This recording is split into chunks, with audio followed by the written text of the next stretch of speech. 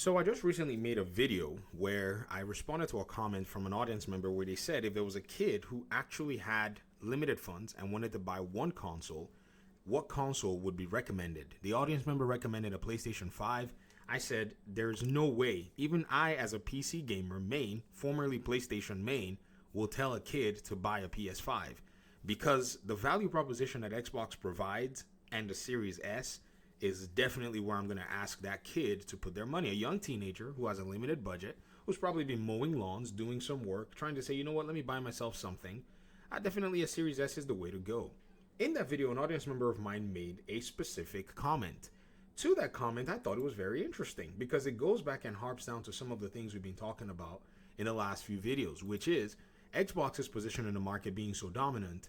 And when it's expedient for them, they should have the option, which they already put out there, to be able to get their games to whichever platforms they feel is going to make them money. There's an honest member of mine, shout out to you, the Illusion of Grandeur. You said Xbox does have value, but that value greatly diminishes if they give games freely to PlayStation. If PlayStation keeps all their own games while continuing to block multiple third-party games from even releasing on Xbox. Now, that's the one that I wanted to go ahead and point out in this video. Months ago, I was talking about the Xbox proposition and I was saying the moment we've seen Game Pass and the moment we've seen Activision's impact, the one that PlayStation was afraid of, and the moment Xbox actually comes to, everyone's realization of the gigantic status that it is. I mean, I remember you were here when I was getting clowned by, they thought they were clowning me. The last laugh is mine now. And I really want to actually, rub it in too, because my fellow PlayStation fans, they acted really poorly. But the gigantic status that Xbox is right now with the number of games, I said this alone is going to make third-party publishers actually consider if they actually find this particular platform viable, which they all have actually. Because in their minds, there are 60 million PlayStation consoles and 30 million Xbox Series consoles. To them, 90 million people having access to their games is better than 60 million people or 30 million people having access to their games. Now, add that to the PC community, which is miles bigger. They've always seen it as a wonderful opportunity and a welcome one. I myself, I'm a wannabe developer. If I want to launch my game, by God's grace, I want to be able to get into all the ecosystems and have access to them so that gamers across the board have access to my game. I have to think about it from a developer perspective. But that's not even the craziness. The craziness was, guess what? It actually started to happen. Third-party developer Square Enix, the biggest story of the year.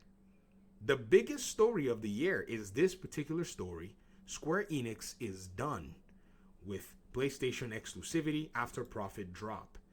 Because PlayStation has hinged a major part of its business on third-party exclusivity blockage from going to Xbox. Now we see one of PlayStation's biggest customers in that department, if not their biggest customer in that department, having allowed them in the past few years to actually lock down 4 games, say that they're done. If this did not signal to you that possibility that you're afraid of is already waning away, then I don't really know what else could. Okay, you know what? We have another one. It's the one on Crimson Desert. Again, I did not even envision that we were going to get this cascade so fast and so early because this all happened before the whole Call of Duty thing even kicked in. Mine, I was basing it on once the Call of Duty thing kicks in and Xbox finds out that, we can make money and we don't need all these third-party developers and we have all of this content coming, the third-party developers are going to be like, oh my gosh, we need to get into that ecosystem even faster and we need to just say, PlayStation, you know what? You deal with what you're dealing with. And then what was even crazy was with Square Enix coming out to say this is what they told their own shareholders. Everyone is seeing this. Everyone saw this. At first, PlayStation players tried to make it seem like the sales were good. I bookmarked this comment because there was a conversation going on here, right? When they were talking about Microsoft wants to know why developers choose PlayStation over Xbox. This one was saying because they want to sell games and PlayStation didn't train and condition their users to avoid buying games. When PlayStation players themselves, it's not that they've been trained. They just avoid buying a lot of these single-player games simply because they're playing Call of Duty. This was a PlayStation fan. They wanted to clown, and so they got called out. They're not buying them either on PlayStation. Shout out to Square and Concord. Hey. Hey. And then the person came out and said, well, Square Enix's sales were good. And then Square Enix came out and said, no, our profits were not good. We're done with exclusivity. We have the intention to bring in our games to Xbox. So if your problem is that PlayStation is going to be blocking games from Xbox, if Xbox is still taking games across the pond, that concern should be done with. Okay? So let's hear your next concern in this regard. And I'm curious. Because again, a lot of the barriers are being pushed away. The chess game is being played, and now third-party developers are looking and saying, we can sell our game on Xbox. We can make our brand stronger with Xbox. Xbox has the intent to make its third-party developer pipeline smooth. That's exactly what this survey that actually brought this, whole thing up was. All these people that were talking nonsense, because they want to sell games on PlayStation because there's no Game Pass. This is a lot of the internet silliness that we see out there that muddies the conversation and is not delving at the heart of what's going on.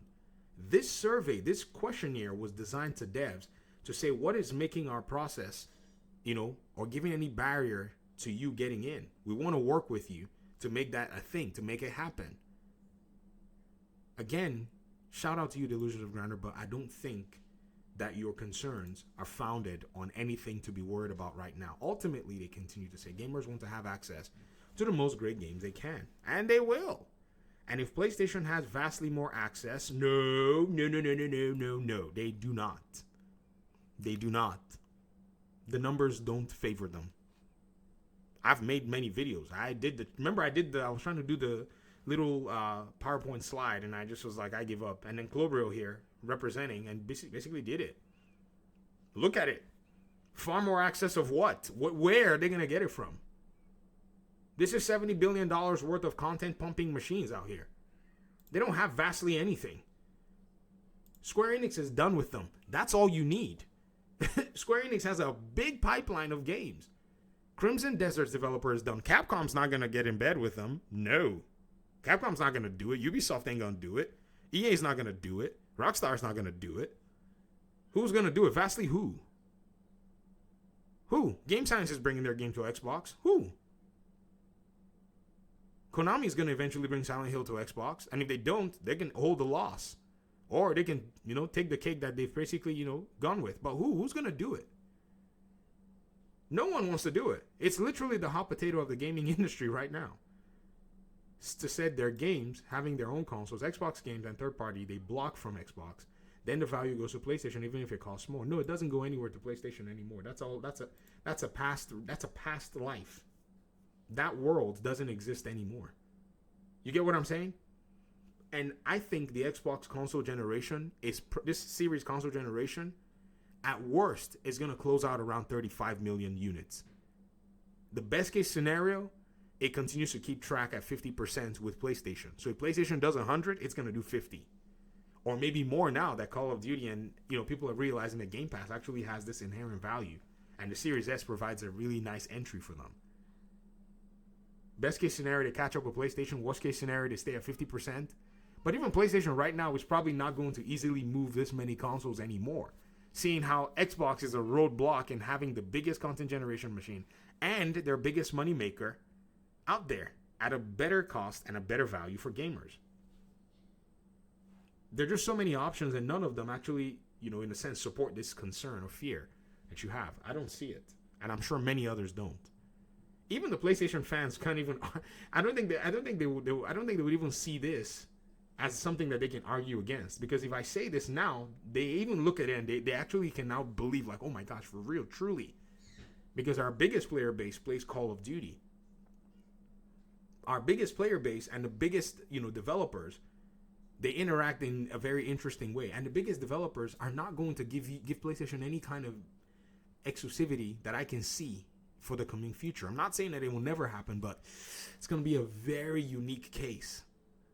And even they don't want to do it because they know it's diminishing to their brand. That diminishes their brand. Let me hear your thoughts in the comment section. Thanks so much for watching the video. Appreciate y'all so much. Peace out.